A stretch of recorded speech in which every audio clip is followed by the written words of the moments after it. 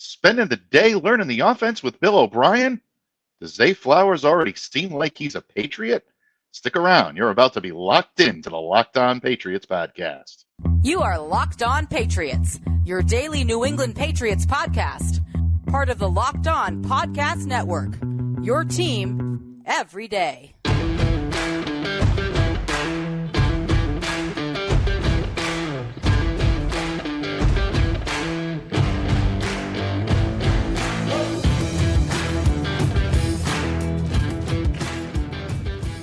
Hello to all of you Foxborough faithful. Thank you once again for making Locked On Patriots a daily part of your New England Patriots coverage. So subscribe or follow for free on YouTube or wherever you listen to podcasts to get the latest episode as soon as it's available. I'm your host, Mike Debate, and I cover your New England Patriots for Patriots Country of Sports Illustrated. So reach out to me and let me know what is on your mind on Twitter at NDABATENFL. And while you're out there showing some love to the Twitterverse, please be sure to follow the Locked On Patriots account as well at LO_Patriots. Pats fans, thank you very much for closing the week in style here on Locked On Patriots. Today, we are freeing the format up a little bit, and we're going to bring you a little Free Form Friday. In the interest of that freedom, we're going to welcome back the Green King of Sting, Thomas Murphy of E2GSports.com. Going to join me in just a moment, and Murph and I are going to discuss the lingering story of the week, the Mac Jones trade rumors. Why do they just keep hanging around? Murph and I are going to discuss that. And we're also going to discuss some of the high-profile pre-draft visits that the Patriots had this week, including a pair of Georgia Bulldogs that might look pretty good in Patriots uniforms. So a full agenda today, folks. Stick around. You won't want to miss this one. But before we welcome Murph into the party here, the Georgia duo weren't the only prospects finding their way to Foxborough.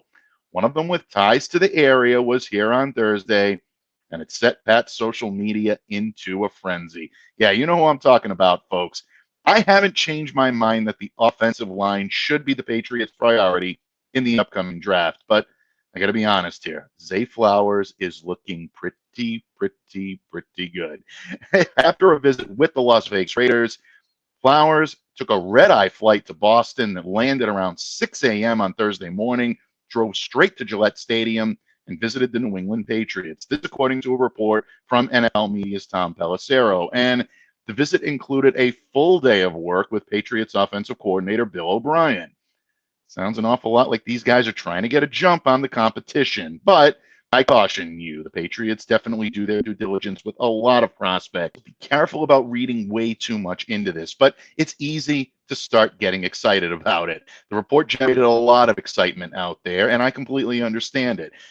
A lot of you want the Patriots to land this Boston College standout. He's a hometown guy, although he is from Fort Lauderdale. I will point that out. But he does have ties to the area, like I said before, and he's an explosive playmaker, something the Patriots have not had in quite some time. Caught 78 passes, 1,077 yards, 12 touchdowns. That's just in 2022, by the way, and he did it in one of the nation's worst offenses. Now, the Patriots did get an up-close and personal look at Zay, and they've done that a couple of times now. The first time was they coached him in the 2023 East-West Shrine Bowl. He participated in just one Shrine Bowl week, but he did spend the week working with the Patriots coaching staff, and they got a good opportunity to really see exactly what he can bring to the table. Bill O'Brien got a front-row seat, as did Troy Brown, Ross Douglas. They worked with the wide receivers. They definitely had their sharp eye on Zay Flowers. And another one to keep in mind is Vinny Sensieri. He's the running backs coach, but he did coach the wideouts during the Shrine Bowl week. And that's interesting to me because Zay also carried the ball 57 times for 345 yards and 2 touchdowns over his 4-year college career. So definitely adept at being able to carry the ball a little bit out of the backfield. He needed to on a jet sweep. We've seen Patriot receivers do it, and definitely he's got the size to be able to do it as well. He could be a first rounder. He could be an early second rounder. New England currently owns that 14th pick, and they lack a high-end talent at the receiver position. But there are other guys out there that they might consider with that number 14 pick. I still love Ohio State's Jackson Smith-Njigba. He's a guy that I would definitely consider taking if he's on the board. Jordan Addison, Quentin Johnston, I like these two players. not necessarily as in love with them for the Patriots system, but Patriots still have veterans on this roster as well. It's not like they're devoid of any talent whatsoever. Juju Smith-Schuster came in as a free agent. You also have Devontae Parker, Kendrick Bourne, Tyquan Thornton, and Lynn Bowden and Trey Nixon are still out there as well. So keep in mind that the Patriots do have a little bit of depth here at the wide receiver position. But getting back to where they could possibly go, I think 14 is a little high for wide receivers in general. It's probably a little bit high for Zay Flowers as well. I know we're all excited about the possibility. We're really overselling him, I think, a little bit. But at the same time, he's got that explosive ability, and I think he'd be a great Patriot. But taking him at number 14 seems to be a little bit over aggressive. Now, his projection, I've seen him as high as 18. I've seen him as low as 27, 28, some even 32. There were a few times I've even seen him drafted in the second round in some mocks. There are some of you out there, I know, that feel strongly enough to take Zay at number 14. Folks, I'm not going to argue with you. I'm not as opposed to it as I was a couple of weeks ago. But if I'm the GM, I'm looking at the top offensive tackles in the draft class if I hold on to that number 14 pick. That means Ohio State's Paris Johnson Jr., that means Peter Skoronski of Northwestern. That means also Broderick Jones of Georgia, who I think has the biggest upside in the draft with his size, his athleticism, his physicality. The more film, the more tape I watch on Broderick Jones, I think he could be a future All-Pro. And I don't hesitate when I say that. He's got that type of capability. He's still a little bit raw, hasn't played all that much at the tackle position. But once he gets the experience he needs, he could be a real difference maker in this league and really a difference maker on the Patriots offensive line. Skoronski, I've heard some of the negatives about him. Oh, he's more of a guard than he is a tackle. I'm not really worried about the width, the wingspan. I'm not worried about the hand size, any type of things of that nature. I think he could make a good tackle. He's got solid fundamentals. And at the end of the day, if you have solid fundamentals in a Patriot system, you can usually do pretty well. So that's where I'm looking if the Patriots are going to hold on to 14. However, if they are all gone, and there is a chance that they will be, if I'm Bill Belichick, I'm picking up the phone, I'm trying to trade down into the early 20s, and I'm making sure that I leave town with Zay Flowers. Other than taking an offensive tackle, I think that's the way to go. Cornerback is a huge need for this team without any question, but the top cornerbacks are probably going to be gone by number 14. The more we see of Christian Gonzalez, the more we see of Devin Witherspoon, even Joey Porter Jr., there's going to be a demand on these players. And I think actually there's a chance that all three of them may be gone by the time the Patriots hit number 14. So that's where I'm thinking right now, folks. What are you thinking? Drop me a line in the comments section below. Would love to hear your feedback, good, bad, or indifferent. We all have opinions. And you know what? Bottom line, folks, until the Patriots actually do it, anything and everything is fair game. But what will the Patriots do? And if Zay Flowers does end up in Foxborough, who's going to be throwing him passes? Well, sit tight, folks, because in just a moment, the Count of Murphy Fisto joins me here to tackle these issues and more when Free Form Friday here on Locked On Patriots continues. But first, today's episode brought to you by our good friends over at Ultimate Pro Football GM. Folks, you've heard me talk about this game. If you ever thought that you'd make a good NFL or pro football GM, you got to give this game a try. It's not as easy as you might think to create a dynasty. The Patriots have made it look easy these last 20 years, but trust me, it isn't. And when you play Ultimate Football GM, you'll learn because you control and manage every aspect of your team as you play through the seasons and try to lead your team to glory by building a historic dynasty. You hire the coaches, the coordinators, manage the finances, navigate your franchise through free agency, the draft, injuries, player personnel issues, all the ups and downs of a season. And you can do it all in a challenging and realistic game world. Ultimate Football GM is completely free. It's playable offline, so you can play on the go as you want and when you want to. And Locked On Patriots listeners, listen up, because you get a 100% free boost to your franchise when using the promo code Locked On in all caps in the game store. That's Locked On in all caps. So make sure to check it out today. To download the game, just visit ultimate-gm.com or look it up on the app stores. That's ultimate-gm.com. Ultimate Football GM. Start your dynasty today. Patriots fans, thank you once again for joining us here on this Freeform Friday on Locked On Patriots. Your questions, burning concerns, all of that, all in a format-free agenda today here on Locked On Patriots. And remember, Locked On Patriots is a proud part of the Locked On Podcast Network, your team every day. And folks, because it's your team every day, I want you to check out our new Locked On NFL Draft Buzz newsletter. You can find it on lockedonpodcast.com/newsletters. Each and every week, folks, you'll be well informed for the NFL draft. You'll get a top story from NFL draft expert Luke Inman, a top 5 ranking, links to great draft content all across the Locked On network. So be sure to check that out at www.lockedonpodcast.com/newsletters. Folks, again, it can't be a free-form Friday. It can't be a fabulous Friday without welcoming in the gentleman that helps us open the week with class and close the week with class. That's right, folks. The legendary Count of Murphy Fisto himself, Thomas Murphy of E2Gsports.com, joins me. And Murph, we're going to talk about the topic of the week. It's been talked about ad nauseum, the emphasis on nauseum, because really I think that's what it induces. But you know what, folks? It is a hot topic, no question about it. And Murph, after we spoke the last time here on Locked On Patriots earlier this week for Mock Draft Monday, a lot of reports started to surface that Mac Jones is on the trading block. Apparently, he was being shopped to 3 or 4 teams. Those 3 or 4 teams came out and said they have not spoken with the Patriots on this. We've heard that his name comes up in trade rumors. That I believe, and that really doesn't tell us much of anything. And now we're hearing reports that the Patriots may be interested in veteran arms. We've even seen some NFL draft analysts predict that the Patriots may go quarterback again at number 14. No. It's a cluster out there, Murph. Yeah. And I'm trying to restrain my language because it is a family show, but It is. I will give you the floor, my friend. What do you make of all of this? What can we glean from any of this when it comes to the 2023 future of our New England Patriots? But what can we do to generate clicks? Okay, that's what we need to do right now. We've run out of mock draft stuff. We've run out of rumors here. Free agency has crawled to a dead halt. And what can we do to generate clicks? I'm sorry, man. I jumped on Florio for this when he first said it. It's garbage. It did not happen.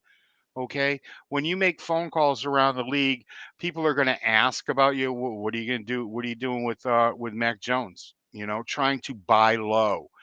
The Patriots are not shopping him. Okay. Every team that came out and said that that Florio or whoever else has said that the Patriots are shopping Mac Jones to, I said no, no. But I tweeted it first. Okay, it's not happening. The Patriots are not going to sell low on him. 2, they will not be bringing in Bill O'Brien to work for him. 3, for the last time. All right, everybody talking about Jones being in the doghouse because he was calling around during the season last year trying to figure out how to make things work.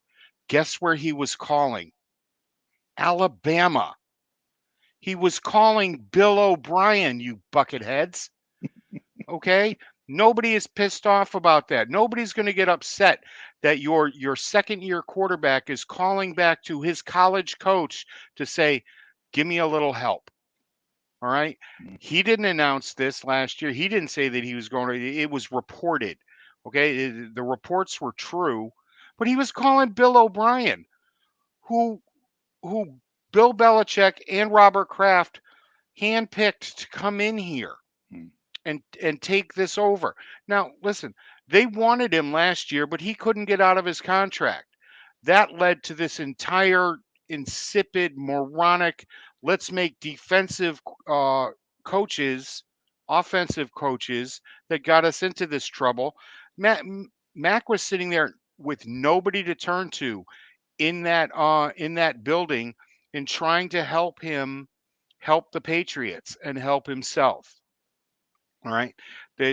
He's not going anywhere. Not off of last year. The Patriots will not be selecting a quarterback in the first round. Okay. Often they go quarterback every single year. Brian Hoyer is not here, maybe because of his attitude and his outspoken stuff. You can get into that, but I'm not losing sleep over Brian Hoyer not being here and running the practice squad. All Mm. right, let's put this to bed, people. While Bill might text deep into the night with Jimmy Garoppolo, it doesn't mean he has to text deep into the night with other quarterbacks. And so he and Mac aren't text buddies. Big hairy deal. They're going to work together. All right, that's what's going to happen. Neither of them are going anywhere. Yeah, I'm glad that you mentioned that neither of them are going anywhere because I don't think you're seeing the beginning of the end of Bill Nope. Belichick in New England. I know we hear this all the time. We heard it, Murph. You and I go back a long way on these rumors. We heard that after the Patriots Super Bowl loss to the Mm-hmm. Philadelphia Eagles, that Bill had his bags packed for East Rutherford. He was Yep. going back to the Giants. We were under that impression that he was ready to announce that the morning after that Yep. loss happened. He's still here. Yep. So I don't think he's going anywhere. I think he realizes that this is his best chance to break Shula's record as a New England Patriots head coach, and I think that's what Bill Belichick Right. wants. And I that's think what Rob, everybody wants. yeah, Because you know what that means? Wins. yeah, Okay, people keep harping absolutely, about this record that Shula has and that Bill is chasing. Well, you know what he has to do to break that record? Win a lot of football games. right, Okay, and that's the exactly, only thing he's trying to do. What they did last year. Now, Bill said at the beginning of last year when everybody was jumping on him about this concept change, um, it ends with me. It right, ends with me. The buck stops here. Okay. You've absolutely. got anybody to blame. Come blame me. And now what's the narration? Why isn't Bill taking responsibility for what happened last year? Why isn't Bill out there in front saying, blame me? Because he's already said it. Mhm. You people Yep. just wanted to say it and say it again. It's like talking to one of your kids and how many times do I have to say I'm sorry? I ate the cookie. Mm. Okay. No, you ask them once and they say they're sorry and they say, okay, good job. Go have a cookie. Mm. Well, that cookie that Patriots fans are elusively chasing has not been here for the last couple of years, and the Mm-mm. angst starts to build, and then you have stories like this that come out. When it comes to Mac, though, and I do want to bring this back to Mac Jones because Okay. obviously he's the centerpiece of all of this. And I Sure. think the Bill Belichick narrative definitely goes hand in hand. And I think that's absolutely vital to this discussion is the relationship between coach and quarterback. Do I think there may be some fences that need to be mended between Sure. now and the start of 2023? Absolutely. Yeah, I don't think it rubbed Bill the right way that Mac's calling around, maybe calling his former coaches, calling someone that used to work for him. It's not going to create a good narrative, but I also don't think it's going to deteriorate the relationship the way it's been pushed Right. here in the national media and some local media as well. That But the antics on the field during it. I mean, yeah, that's the competitive quarterback that I want. I'm right. sorry, Mike. I didn't mean to interrupt you. No, you did not interrupt. You're absolutely right. And that is the spirit of the quarterback that I think you're going to get this year. Bottom line, the two pieces of, to me, empirical evidence that I don't think can really be refuted at this point of Mac Jones being the guy, at least at the outset of training camp and through training camp, is the fact that one, he is the number 15 pick in the 2021 NFL draft just a couple of years ago. The Yep. Patriots are not going to give up on that type of draft capital Nope. that easy, not after one down season. Bill Belichick has been around the league long enough to know that he needs to cultivate this type of player with the right environment around him. Mac had a serviceable, pretty good rookie season. Not so He went great to of a the Pro season Bowl. last year. Exactly. And then you look now at what he's going to be able to do if they can get some pieces around him. I think he'll be better off. But to me, the smoking gun here in terms of evidence that Mac is going to be around is Bill O'Brien. If Mm-hmm. this ticked Bill off, Bill Belichick meaning, enough that he was really upset with Mac for calling around at Alabama, and most likely O'Brien was one of the guys he was talking to. There's no way he'd be in Foxborough right No now. way. He was brought here to help cultivate Mac Yep. Jones, and I think that's where we're going here. Now, the other question beckons, Murph, is if Bailey Zappi comes in, has a tremendous training camp, and Mac Jones maybe sputters a little bit, can you see the keys of the kingdom being turned back over to No. Bailey? Nope. Nope. Okay. Nope. Nope. Just stop, people. Mm, Okay, especially you people that keep bringing up the Green Bay game and the other games that Zappy had a start in, and especially the the Bears game. All right, the Bears freaking exposed him. Now listen, Bailey Zappi is a fine backup. I called him Don Strock. He can come in here and he can be Don Strock. Go back and take a look at the tape. All right, take a look at the offense that Mac Jones was being asked to run and learn on the run, and the offense that Bailey Zappi was running. Bailey Zappi was still running this bastardized Earhart offense. Every snap, he was under center on almost every snap. I can count on two hands how many times I saw him line up in the gun for something, for a stretch play. And if they had done that with Mac from the beginning of the year, there wouldn't have been the turmoil at the beginning of the year that they had. They didn't. Zappi ran the old offense, and he ran it pretty well. All right, but he also ran it well against teams that weren't expecting to see that old offense. That the offensive line had a working knowledge of. I mean, there were veterans that had been running that offense for years out there. So the blocking was better, and he had time. All right, it's apples and oranges.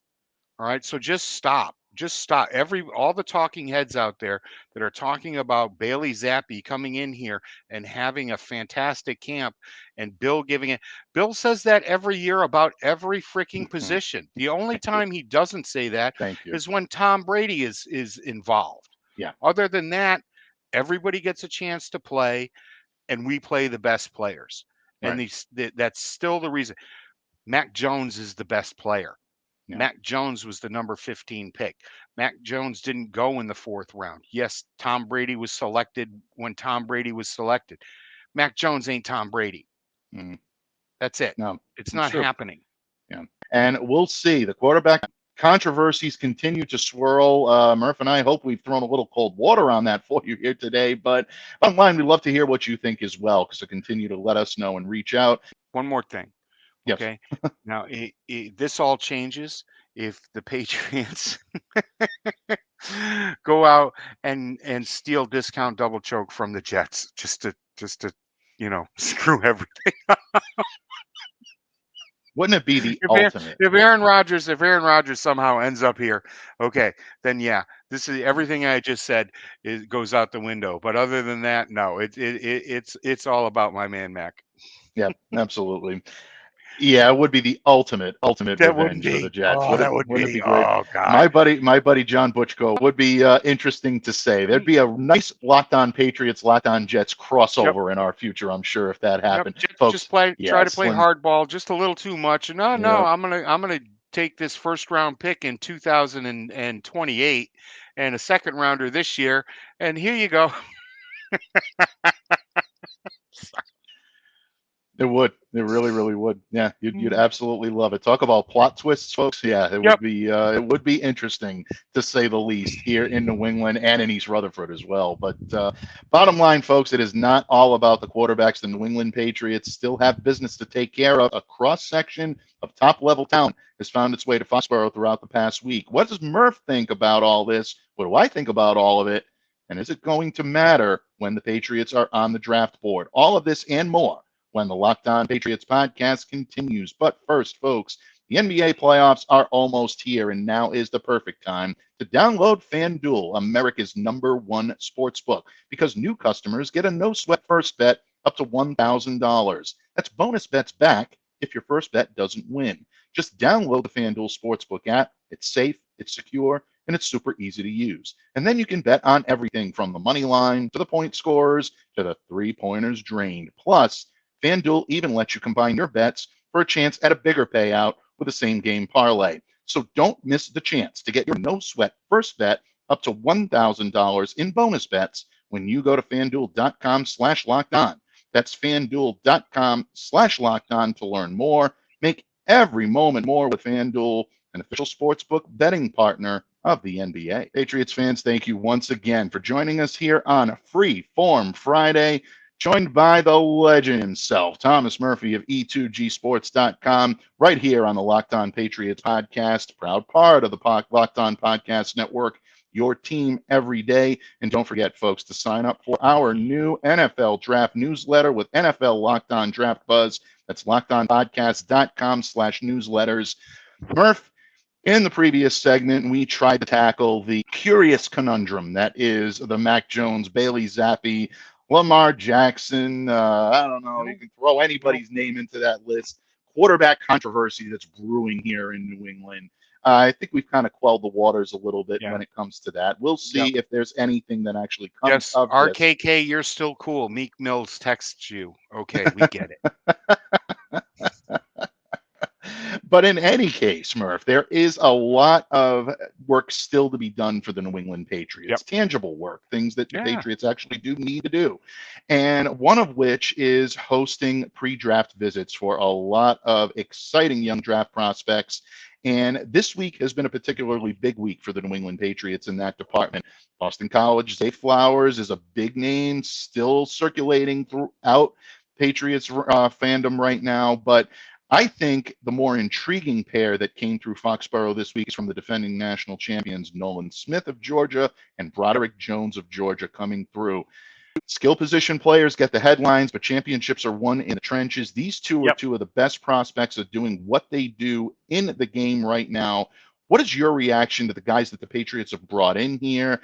Throw in the names of people we haven't mentioned as well. The floor is yours because it's Freeform Friday, but your thoughts on the Patriots pre-draft visits thus far?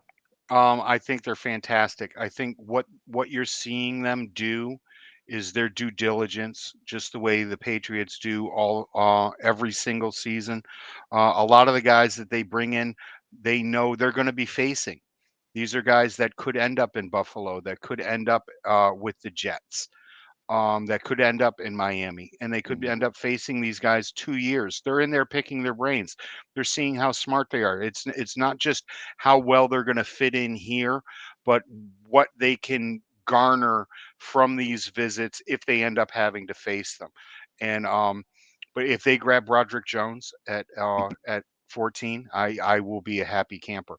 And we mentioned Zay Flowers there, and you just heard in the deep background, Evan Lazar screaming at the top of his lungs because he wants this absolutely so bad.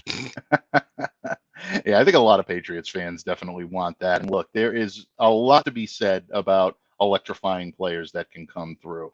I'll admit, each time I watch film on guys like Jackson Smith-Njigba, Zay Flowers, who the Patriots met with while they were out there at Ohio State, bringing an entire throng of coaches out there to scout that team, because there are a lot of guys there that might end up falling to them, and that would be the wide receiver that I grabbed at 14. Yeah, I know. Tell me about it. Yeah, I mean, if all things being equal, I'm still a JSN guy as well, and I love Zay, and that is no knock to him whatsoever. But JSN has the ability to do, I think, a little bit more in a dual threat role, and I think that's why he may be the more valuable to a Bill O'Brien offense. But there's a lot to be said about football IQ, and supposedly, Murph, Zay has already learned Haas juke. He's ready to go in there. He's ready to do his thing. He's watching film with Bill O'Brien. I don't know. This might be They're making popcorn and they're watching film, and this is a foregone conclusion that he's until draft night. Until draft night, they were working with him, teaching him Haas juke, and it's everything is awesome. Yep. Okay. Absolutely. Now, tell me one time, people. Tell me one time that you saw Bill Belichick zig and then keep zigging. Okay. No, the zag is coming. The zag is coming. And it's going to be a large round person there at 14 or 18. Yeah, you mentioned that the Patriots did go out to Ohio State, and they had a throng of people that were there as well. Paris Johnson, folks, is definitely on their radar, and I'm glad that you mentioned Broderick Jones, because it's not a name that we've brought up an awful lot here on Locked On Patriots. He's not mocked to New England as much as I would like to see. A lot of times, fans will go with the splashy pick, maybe a wide receiver or a cornerback. and then they'll go with Juwan Jones as kind of their consolation prize. I wouldn't mind seeing that, folks. I'm not No, definitely knocking it. no, But not at all. Broderick Jones at 14, if the Patriots, if he does slip that far, and that's not a guarantee, No. is something I think the Patriots have to seriously consider. Yep. The Jets are right in front of yeah. them. They could pick him. There's Yeah. a lot of people that are going to be opening their eyes to see that this guy is the most ready tackle in this draft. Exactly. He Okay, really is, with the highest upside, I think, by Right. the way. You look at the athleticism and you look at what he brings to the table in terms of what he can be as opposed to what he is right now. Ceiling as This kid opposed could to be floor. this kid has Yep. future all-pro ability. Oh, yeah. I'm not saying he's going to do it, but when you post a 1.97 second 10-yard split at the combine, you're doing something right, especially at his size, measured in 6'4", just a little under 6'4". Some people have him listed as the full 6'5", 310 pounds. This would be interesting because he only has 19 games under his belt as a tackle at Georgia, but the 19 games that he played definitely showed that this kid is a full-time tackle in the NFL. So would be a little bit of a departure. The Patriots usually like their linemen a little more seasoned, a little more experienced, but again, you look at the athletic upside, you look at the physicality. I think they really have to consider this. I was so excited to see that he was coming in for a top 30 visit. This is one I have my eye on. Really, it was fantastic. You've got to love the guys coming out of Georgia. It's going to be another big Georgia first round this year, as it was last year. So guys coming from that program have, how do I want to say this?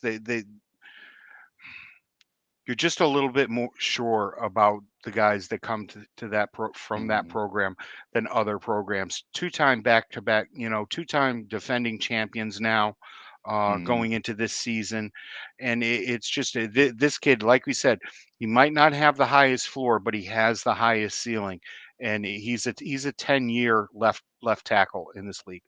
Yeah, without question. And I think one of the Patriots' biggest needs, if arguably their biggest need, because what it comes down to is if in the first round, when you got Mac Jones out there or Bailey Zappi or whoever, even if you get Lamar Jackson in here, folks, I mean, anything is possible in Foxborough. Murph and I didn't mean to throw complete cold water on that because until it actually doesn't happen, there's still a possibility. So no one's saying it can't happen, but I don't care who you have back there. If they're not getting the time to operate and do what they need to do, doesn't matter who's there, and it doesn't matter who they're throwing passes to. No, we've talked about, and the Patriots just didn't have it last year. Right. We've talked about cornerbacks that you can get in the fourth round. We know that Bill can bring guys in off the street that nobody's ever heard of and turn them into multi-millionaires by the time they get to their second contract. All right. What you can't do anymore is find those fourth round tackles and guards and centers. You can't, because they keep saying that this is a copycat league. Well, when the Patriots were taking all those all-pro guys back in the early 2000s, the mid 2000s, nobody else was. That's why they were able to get them in the fourth round. Now everybody wants their line solid, and they go early. Exactly. I would not be surprised to see Bill double dip on the offensive line in the first round and the second round, or even trade up in the second round to get back up into the first round to grab another offensive lineman. That's interesting. Or Washington, who is an offensive lineman. Yeah, absolutely. And that is interesting because one of the things that we hear a lot from analysts, from fans, things of that nature, about the Patriots potentially double dipping at offensive tackle is that, well, they brought in Riley Ray, and so they don't need to waste 2 picks. And I'm not saying these are my words. These are words that I hear a lot. Waste either 1 or 2 high-level picks on a position where they've added some depth.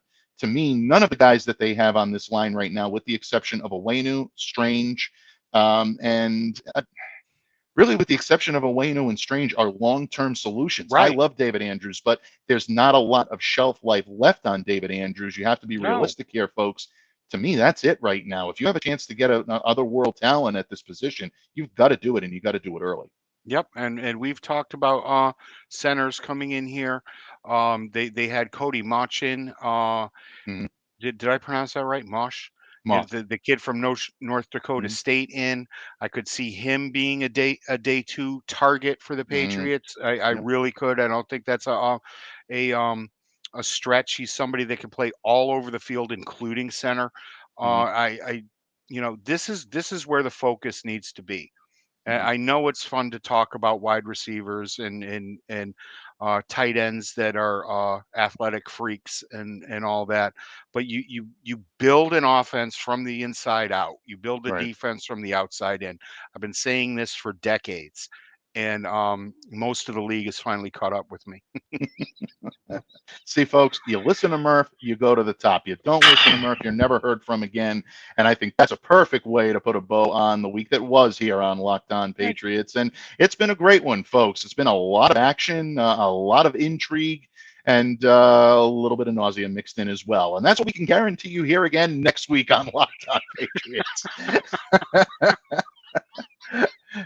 I'm sorry, I Brilliant. could not resist. I No, no, really no, just no. could Go not for it. resist. But in Yep. all actuality, no, we seriously and sincerely thank you all for taking time out of your busy schedule to join us here on Locked On Patriots each and every day and make us a part of your daily Patriots coverage.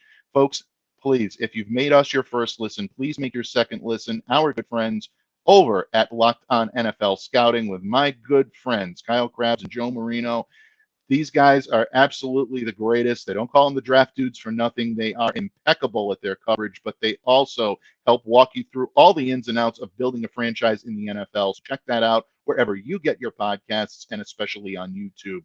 But I would not be doing my job unless I gave a tip of the cap and a nod, a very, very special nod to my good friend here, the Count of Murphy Fisto himself, for being my cohort in crime, opening the week in style, closing the week in style, mock draft Monday, whatever.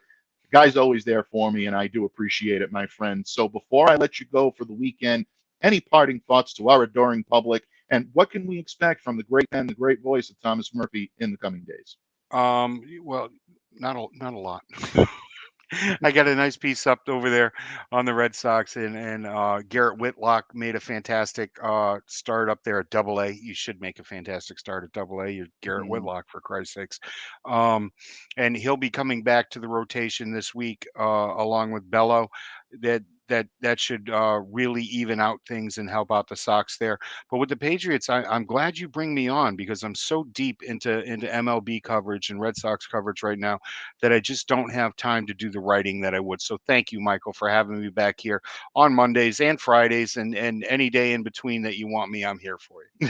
Absolutely. Anytime you're willing, we're always willing to have you here. And folks, speaking of which, we'll be back here on Monday for Mock Draft Monday. Keep your mock drafts coming in over the weekend. Definitely send them to LO_Patriots on Twitter, or you can tag me and Murph as well at Yeah, NJBATENFL, or tag my good friend at Team Murph 207. We thank you. love breaking down your work and we love to showcase it here. And we're We looking do. forward to the next round because we're running thin on time, but there is still enough time to get those in and have them featured here on Locked On Patriots.